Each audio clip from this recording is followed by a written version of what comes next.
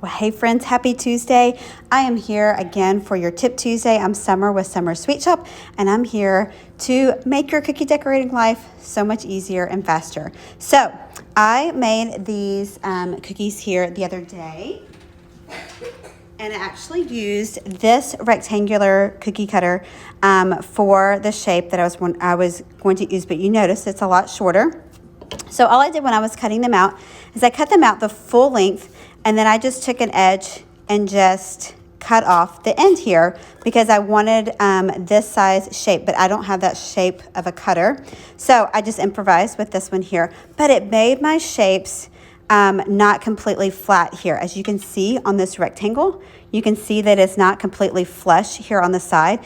And so the cookies spread just a little bit uneven. My cookies don't spread a lot, but they do. But because of cutting it off, it just kind of makes it uneven. So I'm going to show you a little trick. This is a great little hack to get your cheese grater. So this is I think it's actually technically a zester.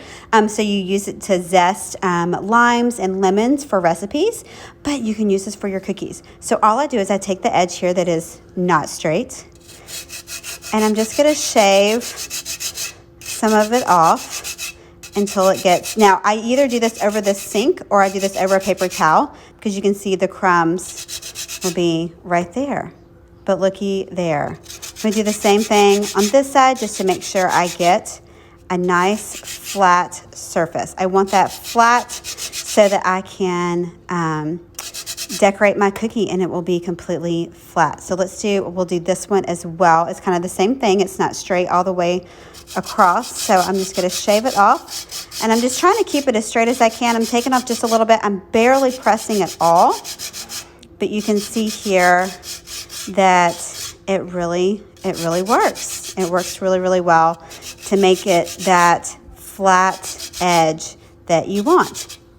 You can also do this this is another little hack with this little zester, is if you're airbrushing and you get airbrush here on the edge of your cookie, you can do this as well on your cookie, and it will keep your cookie, it'll make it that bright or that cookie look again. It'll take off that color, and you can see this one is kind of not even at all. So we're just gonna shape it up, get it a little more smoother and more even. That's what we want, is something more even. So it's not gonna be perfect, but it's gonna be a lot better than it was. So those are just some examples of what you can do with little kitchen gadgets. Hopefully that was helpful for you guys.